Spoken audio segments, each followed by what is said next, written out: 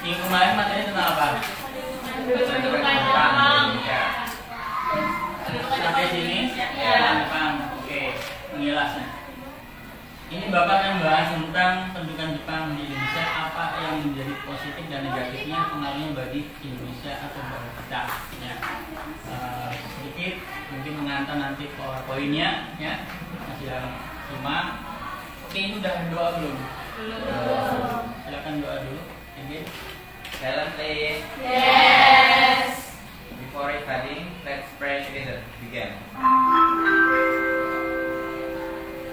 Saatnya yang berdua dimulai. Finish. Begin please. Assalamualaikum warahmatullahi wabarakatuh. Waalaikumsalam warahmatullahi wabarakatuh. Langsung nggak apa-apa. Berdiri nggak Pak? Nggak apa-apa. Ya, pendudukan Jepang di Indonesia. Seperti yang kalian ketahui kan, sebelum merdeka kita dijajah oleh Jepang. Ya. Nah, cuma kita selalu apa penyebabnya Jepang melakukan pendudukan di Indonesia. Oke. Nah, tujuan pembelajarannya masyarakat mampu memahami latar belakang, ya, pendudukan Jepang di Indonesia. Jadi kita tahu dulu latar belakang kenapa sih Jepang mau menjajah kita kan gitu ya. Kemudian peserta didik dapat menyajikan informasi secara fisik, lisan dan tulisan dalam bentuk digital maupun non digital. Paham maksudnya ya? Digital kalian nanti melakukan tugas ya, membuat suatu video, vlog atau apa atau sebagainya ya. Oke, ini kita tujuan pembelajaran ini. Next. Nah. Oke ya, saya simak sebentar. Nah, ini awal mula terjadinya peristiwa. Kemarin kita udah bahas kan awal mula perang dunia kedua ya.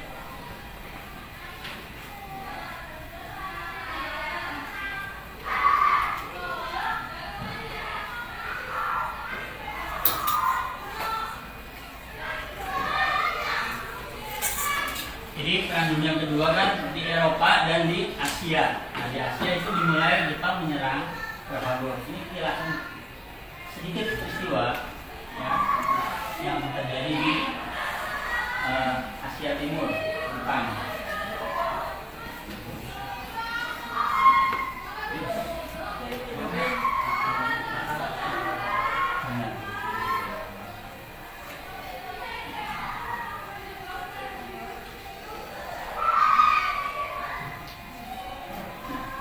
Kondisi persiapan penyerangan Jepang. Wow. Bisa gitu ya?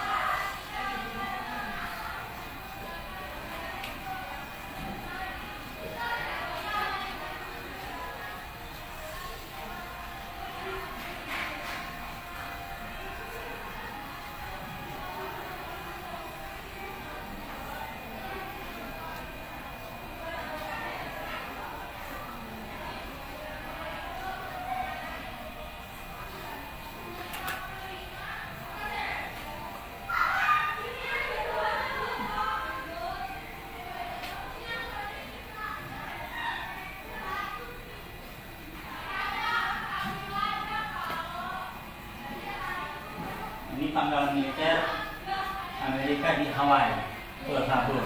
Ya. Ya.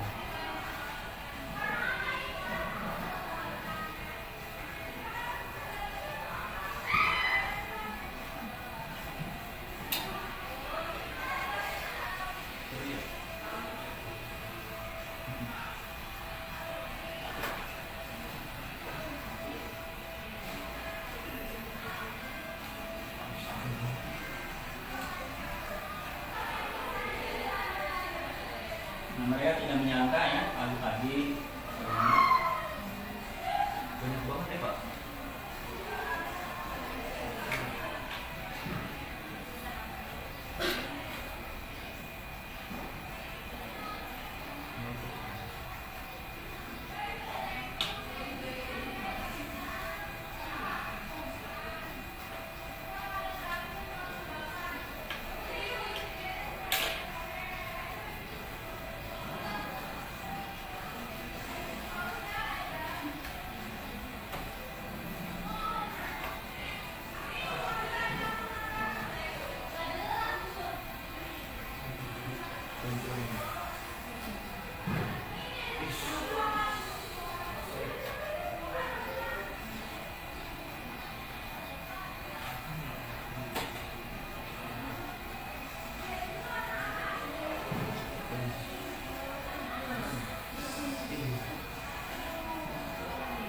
Pusatnya.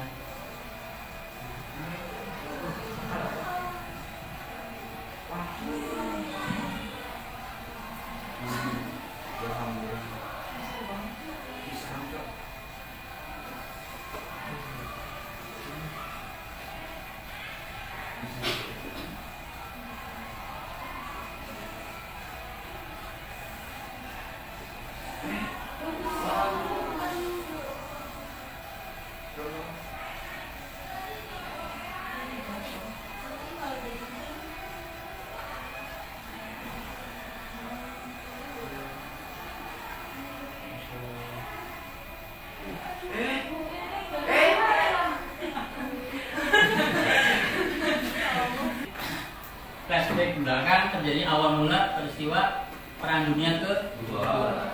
Mungkin masih ingat kalau di Asia Timur Jepang melakukan penyerangan ke pangkalan Amerika Serikat. Nah disitulah kita kekalahan sekutu di Asia Pasifik. Nah, kemudian setelah melakukan penyerangan itu apa yang terjadi? Ini kita lihat masuknya proses Jepang ke Indonesia.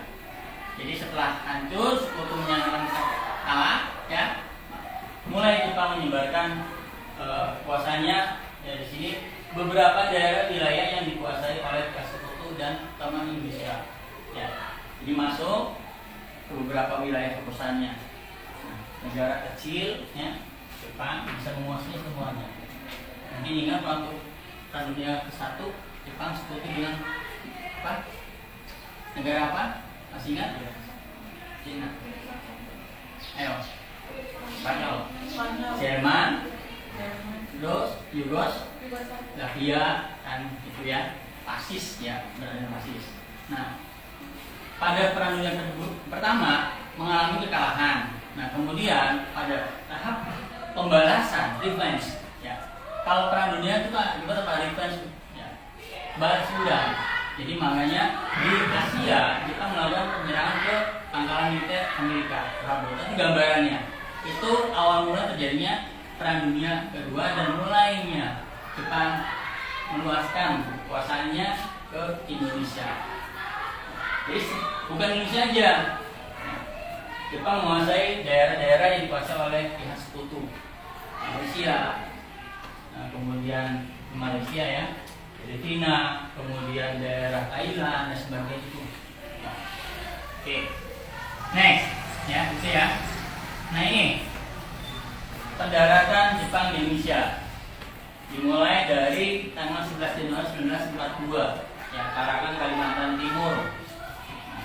Oke, kemudian masuk Balikpapan 24 Januari 1992, kemudian 29 Januari Pontianak, nah, kemudian 3 Februari Samarinda, 10 Februari 1942 Banjarmasin, dan 16 Februari 1942 Palembang. Ini hampir semua wilayah Indonesia masuk di Jepang itu.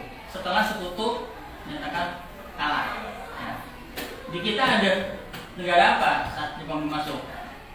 Yang menjajah? Belanda. Belanda kan termasuk koloninya sekutu kan ya. Nah makanya Belanda menyerah tanpa syarat. Ya, setelah Amerika menyatakan kalah, maka pihak sekutu menyatakan kalah, ya. Nah makanya kita mengadakan perjanjian Kalijati. Jadi disitulah penyerahan kekuasaan Belanda kepada Jepang tanpa syarat. Karena tadi sebelum kalah. Oke. Kalian tahu Kalijati di mana? Di Subang. Subang. Kalian tahu Kalijati di mana? Nggak tahu. Itu udah ada. Nah, Oh iya. yang Kalijati ya Subang. Oke. Nah, dari Belanda dipimpin oleh Reporter, ya. Reporter. Kalau dari Jepang Hitoshi Imamura. Oke, itu ya. Nah, mulai masuk 1942 ke Kalijati Subang. Nah, mulailah mereka melakukan penguasaan. Nah, pertama aspek militer dulu harus dibuat pos-posnya. Jadi Indonesia dibagi 3 pos. Ya.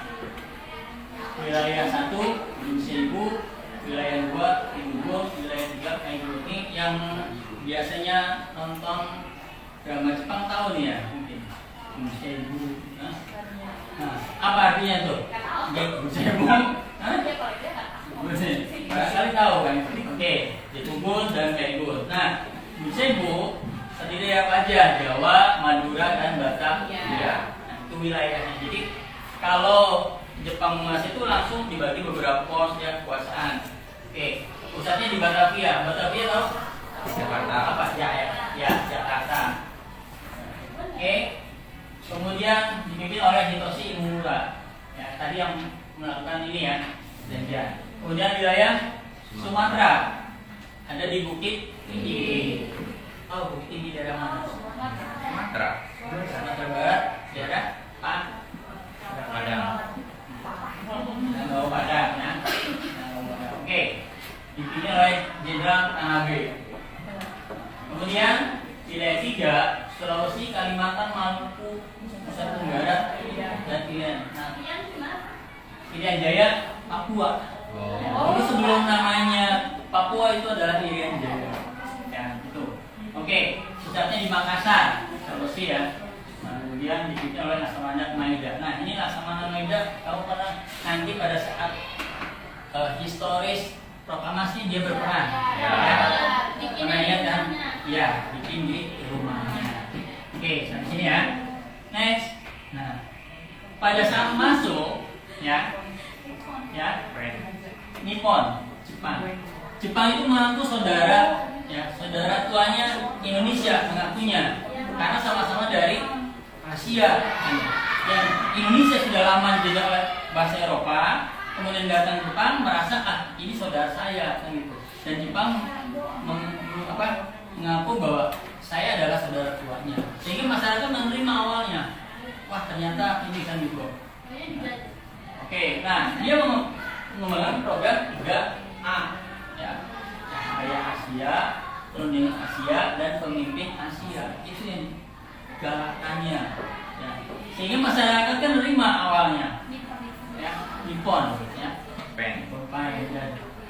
Bukan Nippon ini cek, Nippon Pak, ya itu mah cek gitu ya.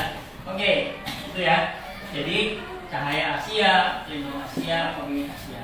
Sampai sini ya, mereka datang dan bisa diterima semuanya. Nah, belum tahu apa yang terjadi kan gitu.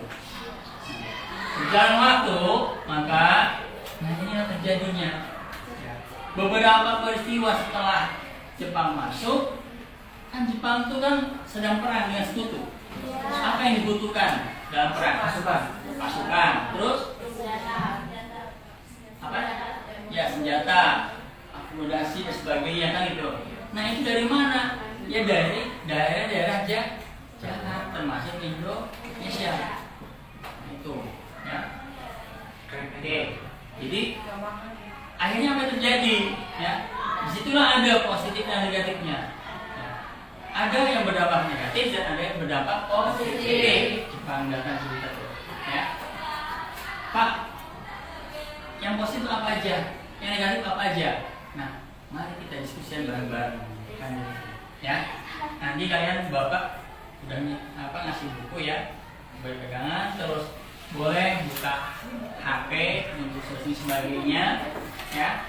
Nah, ini bapak gambarkan beberapa gambar secara silang. Ada yang orang ya Allah dan ya. Ini kita dulu. Ya. Maaf ya. Pertama, nah kalau yang gambar 7 orang itu positif apa negatif? Negatif. Negatif, ya. Terus yang di bawah itu, yang pasukan itu Negatif. apa? Negatif positif? Negatif. Nah yang di atas, yang ini Positif. ya, kita sekolah, sebagainya itu Positif. positif. Jadi ada positif dan negatifnya. Oh itu sekolah Pak. Ini kan pelatihan peta ya pembela tanah air kan gitu. Soekarno awalnya adalah sebagai peta kan gitu, pembela tanah air. Pasukan didirikan oleh Bapak Jepang. Oke, silakan dibuka di bukunya ya. Kita buat berapa kelompok nih? 6. Oke, 3 positif, 3 negatif ya. Oke, 1, 2, 3, 4, 1, 2, 3, 4, 5, 6 ya. 6 kelompok. Nah, 1, 2, 3, 4, 5, 6 kelompok. Yang 1 sampai 3 positif, negatif apa di plus Pak? Fokus aja Pak. Oke, sini. Boleh, jangan. Kelompok 1. Waduh, videonya bagus ya. Ada yang baru. Ada yang baru. Ini biasa ya. Enggak Pak, yang ada yang baru. Yang baru.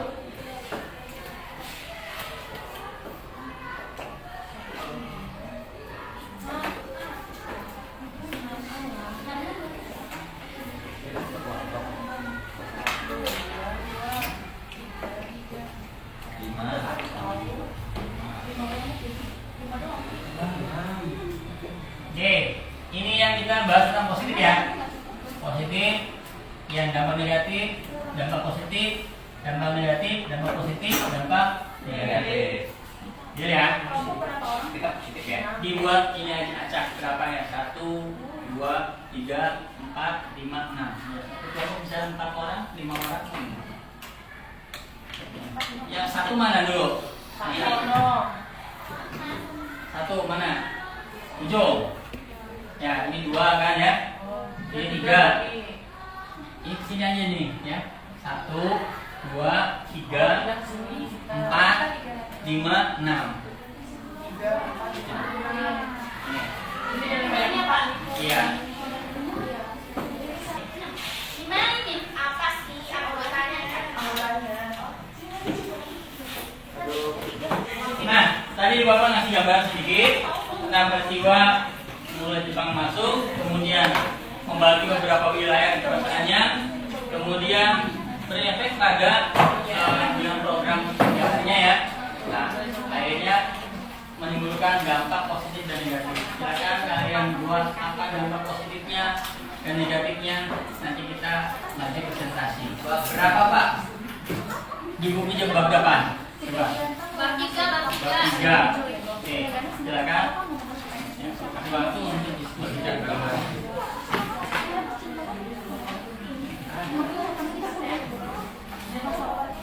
Peminta minimal berapa? 5 ya? 5 apa 6? 5. Nah, 5 poin. Kemudian kamu jelaskan.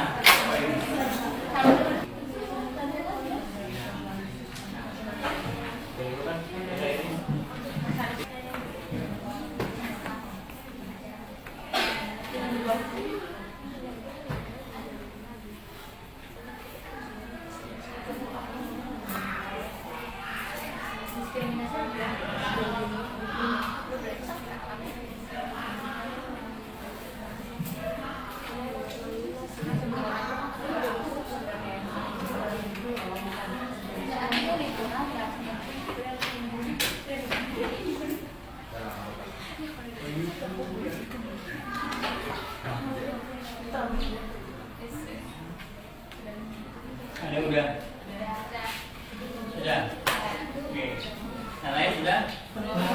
Oh.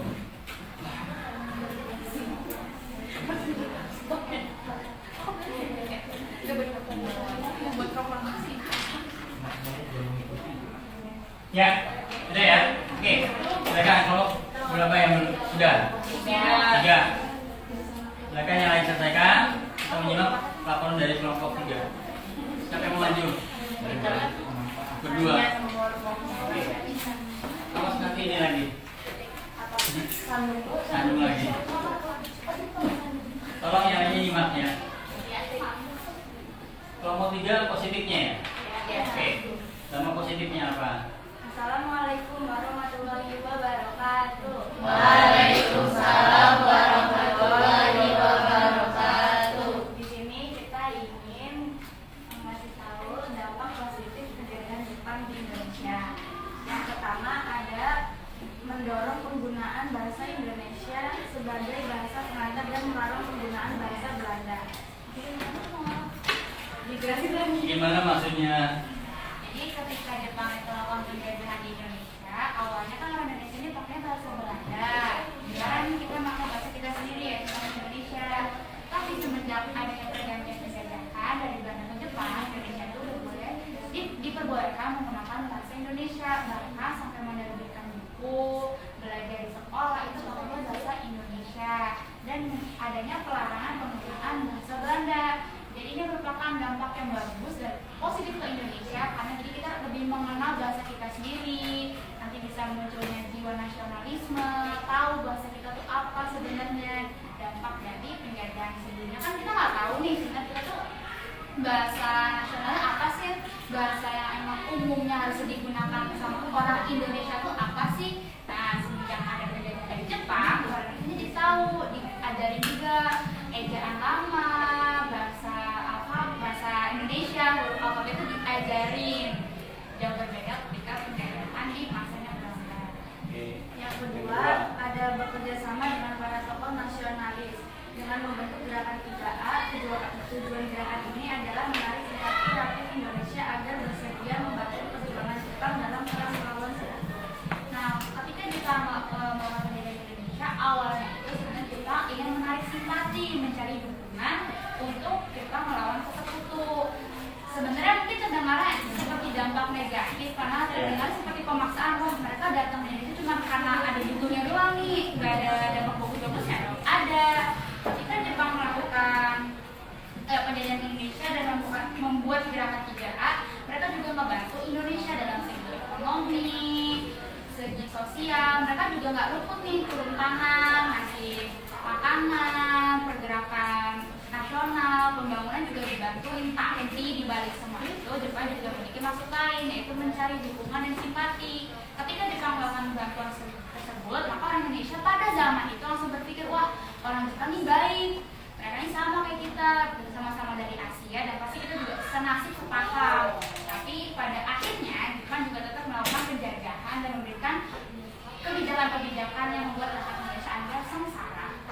Yang ketiga, ada membentuk organisasi masyarakat yang disebut Pusat Tenaga Rakyat atau PUTRA, serta menunjuk 4 serangkai yaitu Soekarno, Muhammad Hatta, Ki Hajar Dewantara, dan Mas Mansur sebagai pemimpinnya. Tujuan PUTRA adalah memusatkan segala potensi rakyat untuk membantu Jepang dalam perang. Akan tetapi oleh para tokoh bangsa Indonesia, organisasi bentukan Jepang ini digunakan untuk membangun dan membangkitkan semangat nasionalisme. Jepang kemudian membubarkan PUTRA karena dinilai kurang mendukung kepentingan Jepang. Nah, pada awal PUTRA ini dibangun untuk sekarang Indonesia ini punya keinginan untuk mendukung Jepang dalam melawan Sekutu. Tapi hebatnya nih para 4 serangkai yang ditunjuk oleh Jepang ini justru memanfaatkan kesempatan ini untuk membangun dan memupuk jiwa nasionalisme orang Indonesia. Jadi mereka juga diajarin nih supaya kita tuh nggak tunduk ke orang Jepang karena sebenarnya kita ini dijajah, kita harus bisa melawan. Itu Jepang pun akhirnya membubarkan organisasi ini karena dirasa kok lama-lama sepertinya mereka nggak mendukung kita, takutnya terjadi pemberontakan. Akhirnya organisasi ini pun dibubarkan. Yang keempat, membentuk Badan Pertimbangan Pusat yang disebut Suwosanginin pada 1 Agustus 1943. Badan ini bertugas memberikan saran dan tindakan yang perlu diambil oleh pemerintah Jepang serta menjawab pertanyaan-pertanyaan terkait masalah politik. Badan ini dipimpin oleh Soekarno dengan 43 anggota yang semuanya berasal dari Indonesia. Nah, pada zaman peralihan dari masa penjajahan Belanda ke Jepang, Indonesia tuh pemerintahnya belum stabil walaupun sudah dipimpin oleh Bapak Soekarno. Maka dari itu Jepang ini menawarkan gitu sebuah usulan gimana kalau kita ngebantuin Bapak Soekarno dalam memerintah Indonesia. Mungkin kelihatannya baik supaya pemerintah Indonesia ini bisa stabil, bisa berdiri dengan kokoh. Tapi sebenarnya Jepang juga memberikan masukan-masukan supaya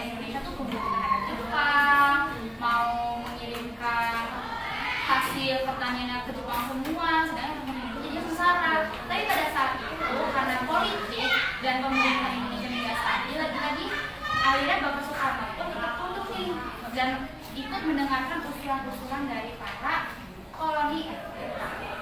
Yang terakhir, mendirikan Jawa Hopokai, Himpunan Kebaktian Jawa pada 1945. Berbeda dengan organisasi yang lain, organisasi ini dipimpin oleh seorang Bumsekan atau kepala pemerintahan karena merupakan organisasi resmi pemerintah. Kata kebaktian mengandung arti siap mengorbankan diri, mempertebal rasa persaudaraan, dan melaksanakan sesuatu dengan bukti.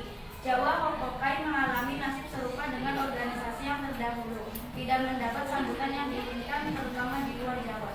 Nah, untuk organisasi Jawa Hopokai sendiri kan tujuan awalnya digunakan seperti yang sama yang Putra nih, supaya rakyat Indonesia ini mau jadi sekutunya Jepang supaya melawan lawannya nih.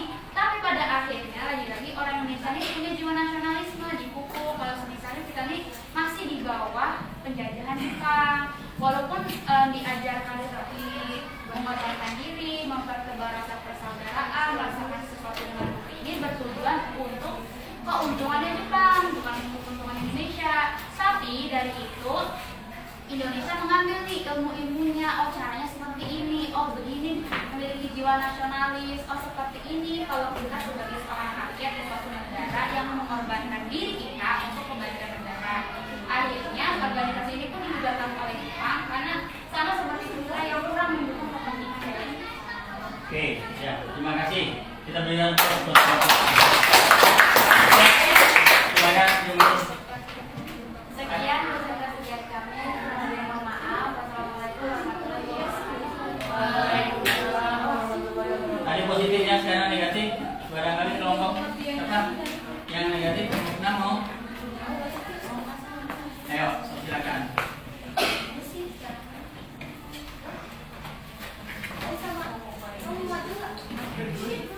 Ya.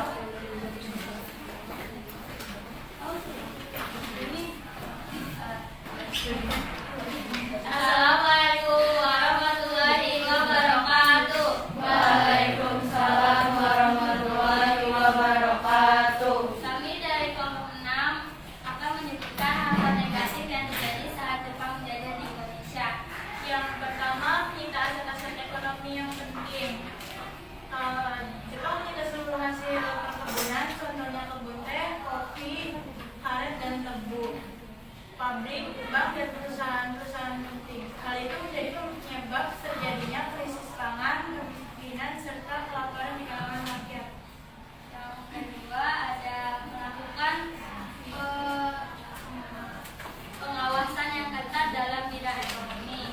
Jepang menerapkan sistem pengawasan ekonomi secara ketat disertai sanksi-sanksi pelanggaran yang berat. Tiga, ada kebijakan atau self-sufficient.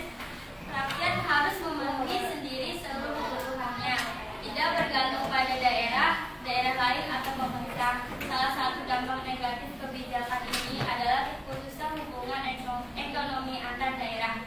Yang keempat, setelah wajib dan Romusa. Ketika mulai terdesak dalam perang, Jepang mengampanyekan penyerahan bahan pangan dan barang secara besar-besaran. Tidak ada petani yang bisa lolos dari kebijakan yang mencekik ini. Tidak ada yang berani melawan karena mengetahui betapa kejamnya Jepang membunuh setiap orang yang melawan. Yang kelima ada Jugun Yanku. Jepang juga merekrut para perempuan dari berbagai negara Asia seperti Indonesia, Korea, dan Tiongkok untuk dijadikan perempuan penghibur atau Jugun Yanku. Sekian penjelasan dari kelompok 6. Assalamualaikum warahmatullahi wabarakatuh. Terima kasih. Semua kelompok sudah selesai kan ya? Nanti dikumpulkan, dilanjutkan diskusinya, presentasinya minggu depan. Ya. Nah, nanti dikumpulkan. Oke, dari beberapa perwakilan kelompok posisi negatifnya, ya.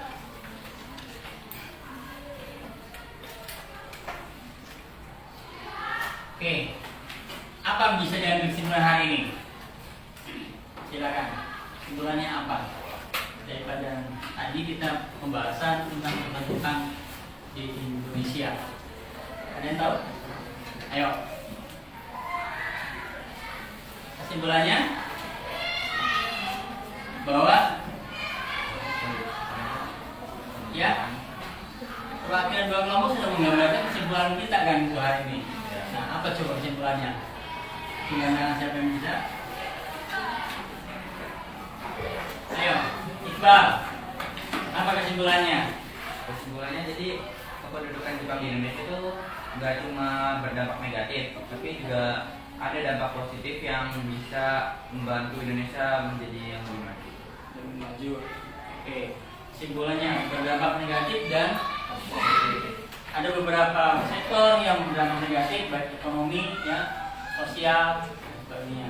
Ada yang berdampak positif, yang menimbulkan rasa kecintaan untuk ingin mendirikan suatu bangsa. Ya. Nanti kita bahas pada pertemuan berikutnya tentang persiapan kemerdekaan hubungannya dengan Jepang, ya, dan runtuhnya atau berakhirnya pendudukan Jepang di Indonesia. Oke, refleksi pelajaran. Ya, apa yang telah dipelajari hari ini, apa yang paling kalian sukai dari pelajaran ini, apa yang kamu lakukan untuk belajar lebih baik. Apa yang telah dipelajari hari ini kita sudah paham ya. Ternyata Jepang masuk ke Indonesia setelah menyerah ke Hamburg, sehingga sekutu nyerah ya, Belanda. Oke, apa yang kalian suka dari pelajaran ini? Apa yang kamu sukai dari pelajaran ini? Ada videonya, ya. Oke. Berarti nanti ke depan Bapak harus nambah lagi. Ya, bagus. Ya, sesuai dengan temanya yang lama sejam. Nanti kita nontonnya di sini apa? Ini Ini mana? Oke, kalau sejam 2 jam. Oke, terus apa yang kamu bisa belajar atau lakukan lebih baik dari kesimpulan hari ini? Apa yang bisa dipetik untuk kamu saat ini? Ini bisa. Ayo, silakan. Alright. Ayo, apa kesimpulan? Apa saja yang kamu lakukan belajar lebih baik dari pelajaran hari ini? Apa yang bisa diambil untuk kamu? Kalau menurut saya Kak, Ya. jangan percaya kepada Ya. Jepang kan sama-sama Asia ya Pak ya, jangan percaya terhadap sesama sama saudara lah istilahnya, karena ujung-ujungnya juga kan kita juga yang kena susah yang pernah kita jadi korbannya kan Pak, jadi jangan percaya. Ya, oke, ya. Kalau kita ambil dari tadi kan Jepang saudara Asia, ya. Ternyata akhirnya membuat ada kita saudara. Intinya kita jangan percaya dulu sama seseorang kalau belum tahu dalam hati tidak baik semuanya. Oke, terima kasih, ya. Mungkin itu, ya. Hari ini itu, nah nanti Bapak akan nge-share sebagai latihan penguasa materi ini. Bapak akan melalui grup, ya, grup WA. Bapak akan kirim Google Form. Minggu depan akan diumumkan hasil yang terbaiknya, ya, siapa yang terbaiknya, ya. Ada yang mau tanyakan sampai sini dulu? Cukup? Oke, terima kasih, ya. Kalau tidak ada yang tanyakan, minggu depan kita bahas tentang berakhirnya pendudukan Jepang dan persiapan kemerdekaan. Kapan berakhir pendudukan Jepang? Ada yang tahu? Ya, pada saat apa?